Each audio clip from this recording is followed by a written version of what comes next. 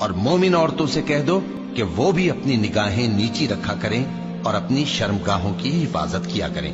اور اپنی آرائش یعنی زیور کے مقامات کو ظاہر نہ ہونے دیا کریں مگر جو اس میں سے کھلا رہتا ہو،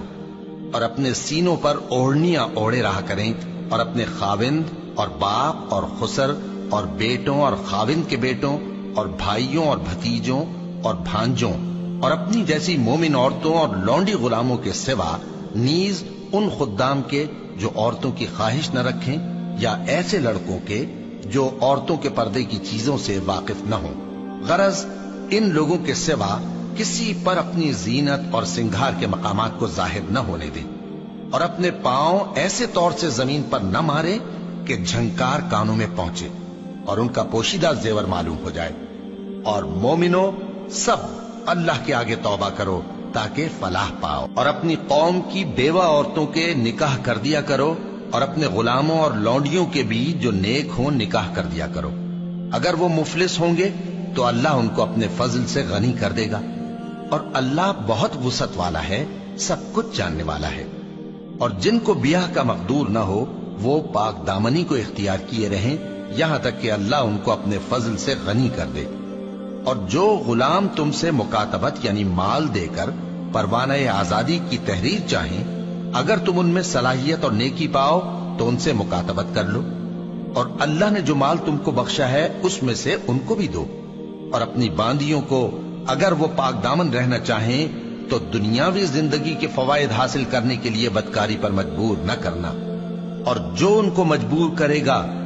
تو ان بیچاریوں کے مجبور کیے جانے کے بعد اللہ بخشنے والا ہے، مہربان ہے۔ اور ہم نے تمہاری طرف روشن آیتیں نازل کی ہیں، اور جو لوگ تم سے پہلے گزر چکے ہیں ان کی خبریں اور پرہیزگاروں کے لیے نصیحت۔ اللہ آسمانوں اور زمین کا نور ہے، اس کے نور کی مثال ایسی ہے کہ گویا ایک طاق ہے جس میں ایک چراغ ہے، اور چراغ ایک قندیل میں ہے، اور قندیل ایسی صاف شفاف ہے کہ گویا موتی کا سا چمکتا ہوا تارا ہے۔ اس میں ایک مبارک درخت کا تیل جلایا جاتا ہے یعنی زیتون کا، کہ نہ مشرق کی طرف ہے نہ مغرب کی طرف۔ ایسا معلوم ہوتا ہے کہ اس کا تیل خواہ آگ اسے نہ بھی چھوئے جلنے کو تیار ہے، بڑی روشنی پر روشنی ہو رہی ہے۔ اللہ اپنے نور سے جس کو چاہتا ہے سیدھی راہ دکھاتا ہے، اور اللہ جو مثالیں بیان فرماتا ہے تو لوگوں کے سمجھانے کے لیے، اور اللہ ہر چیز سے واقف ہے۔ وہ قندیل ان گھروں میں ہے جن کے بارے میں اللہ نے ارشاد فرمایا ہے کہ بلند کیے جائیں اور وہاں اللہ کے نام کا ذکر کیا جائے، اور ان میں صبح و شام اس کی تسبیح کرتے ہیں۔ ایسے لوگ جن کو اللہ کے ذکر اور نماز پڑھنے اور زکوٰۃ دینے سے نہ سوداگری غافل کرتی ہے نہ خرید و فروخت، وہ اس دن سے جب دل خوف اور گھبراہٹ کے سبب الٹ جائیں گے اور آنکھیں اوپر چڑھ جائیں گی ڈرتے ہیں،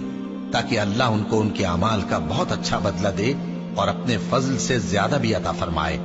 اور اللہ جس کو چاہتا ہے بے حساب رزق دیتا ہے۔